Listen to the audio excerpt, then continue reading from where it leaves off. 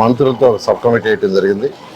ఆ sub committee అనేక దఫాలు అటు పంచాయతీరాజ్ శాఖ, మున్సిపల్ శాఖ, ఇరిగేషన్ డిపార్ట్మెంటు, పోలీస్ డిపార్ట్మెంటు, అదేవిధంగా ఎండోమెంట్స్ డిపార్ట్మెంటు, ఇట్లా అన్ని శాఖలని R&B అన్ని శాఖలతో సమన్వయంతో కమిటీ ఈరోజు గౌరవ ముఖ్యమంత్రి గారు కూడా 3-4 సార్లు దీని మీద రివ్యూ తీసుకోవడం జరిగింది. అయితే ఈరోజు గత 2014-19లో ఎంతో ఘనంగా యాక్చువల్గా ఈ పుష్కరాలను చేసాము. అయితే అప్పుడు టైం కేవలం 4 నెలల ముందే వర్క్ స్టార్ట్ చేసాం, కేవలం 4 months ఉంది. అయితే ఈసారి దీనికి 1 year కంటే ముందే దీని మీద ఒక ప్లాన్ స్టార్ట్ అయింది, ఆల్రెడీ స్టార్ట్ చేశారు. ఎన్విరాన్మెంట్స్ వాళ్ళు అయితే ఆల్మోస్ట్ టెంపుల్స్ అన్నిటికీ వర్క్ స్టార్ట్ చేశారు. అదేవిధంగా టూరిజం వాళ్ళు స్టార్ట్ చేశారు, పవర్ డిపార్ట్మెంట్ వాళ్ళు స్టార్ట్ చేశారు, ఇరిగేషన్ వాళ్ళు కూడా కొన్ని స్టార్ట్ చేశారు. మిగతా అన్ని కూడా ఈ రైనింగ్ సీజన్ అయిన తర్వాత, ఈ వర్షాకాలం సీజన్ అయిన తర్వాత వాళ్ళు మేజర్ వర్క్ స్టార్ట్ చేశారు.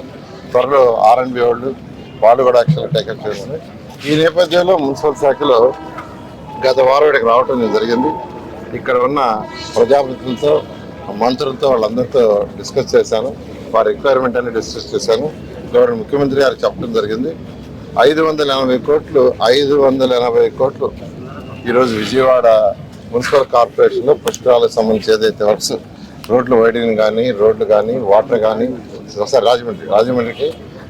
రాజమండ్రి మున్సిపల్ కార్పొరేషన్కి ఆ యొక్క సివరేజ్ కానీ, స్ట్రాంగ్ వాటర్ కానీ, డ్రింకింగ్ వాటర్ కానీ, శానిటేషన్ కానీ ఇవన్నీ చేయడం కోసం యాక్చువల్గా ఒక 580 కోట్లు గౌరవ ముఖ్యమంత్రి గారు శాంక్షన్ చేయడం జరిగింది. ఆల్రెడీ నేను కమిషనర్ గారికి చెప్పాను, అది కోఆర్డినేట్ చేసుకుని ఇమీడియట్గా టెండర్లు పిలిచి వర్క్ స్టార్ట్ చేయమని. ఈ నేపథ్యంలో ఈరోజు యాక్చువల్గా ఇక్కడ రావటం, ప్రజాపతితోనూ అధికారులతోనూ యాక్చువల్గా కోటిలింగం ఘాట్ నుంచి ఘాట్లోని యాక్చువల్ పుష్కర్ ఘాట్ దాకా తిరగటం కొన్ని గమనించాము. ఇవన్నీ కూడా ఇరిగేషన్ శాఖ మంత్రితో, ఎందుకంటే ఎక్కువగా ఇరిగేషన్ శాఖకు సంబంధించినవి, వారితో మళ్ళీ కూర్చొని వారిని కూడా రమ్మని వారితో కూర్చొని డిస్కస్ చేసి దాని మీద కూడా ముందుకు పోవటం జరుగుతుంది.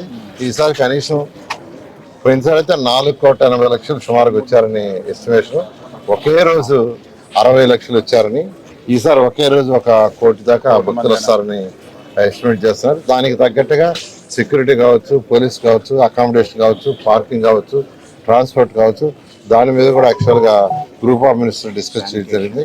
శానిటేషన్, ప్రత్యేకంగా శానిటేషన్ అయితే పోయినసారి 8,000 మందిని యాక్చువల్ ఇక్కడ అపాయింట్ చేశారు మున్సిపల్ శాఖ.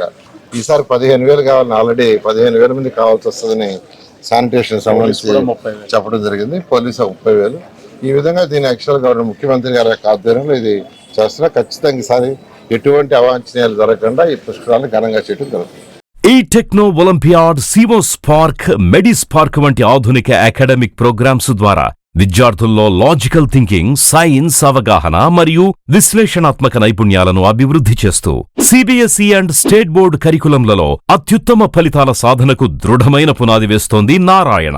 అనుభవజ్ఞులైన అధ్యాపకుల సమగ్ర మార్గదర్శకత్వంలో ప్రతి విద్యార్థిలో logical thinking and analytical skills కి పదును పెట్టి జాతీయ స్థాయి విజేతలుగా తీర్చిదిద్దుతూ వారి ప్రతిభను శిఖరాగ్రాలకు చేరుస్తోంది నారాయణ. అత్యాధునిక డిజిటల్ క్లాస్ రూమ్స్, అత్యుత్తమ ఫిజిక్స్ అండ్ కెమిస్ట్రీ ల్యాబ్స్ తో కూడిన సాంకేతికతతో కూడిన విద్యా వాతావరణం, విశాలమైన ప్లేగ్రౌండ్, పరిశుభ్రమైన డైనింగ్ హాల్లో రుచికరమైన పోషకాహారం, సౌకర్యవంతమైన హాస్టల్ సదుపాయాలు కల్పిస్తోంది నారాయణ.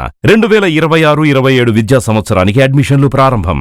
వావిలేటిపాడు, ధనలక్ష్మీపురం, నెల్లూరు.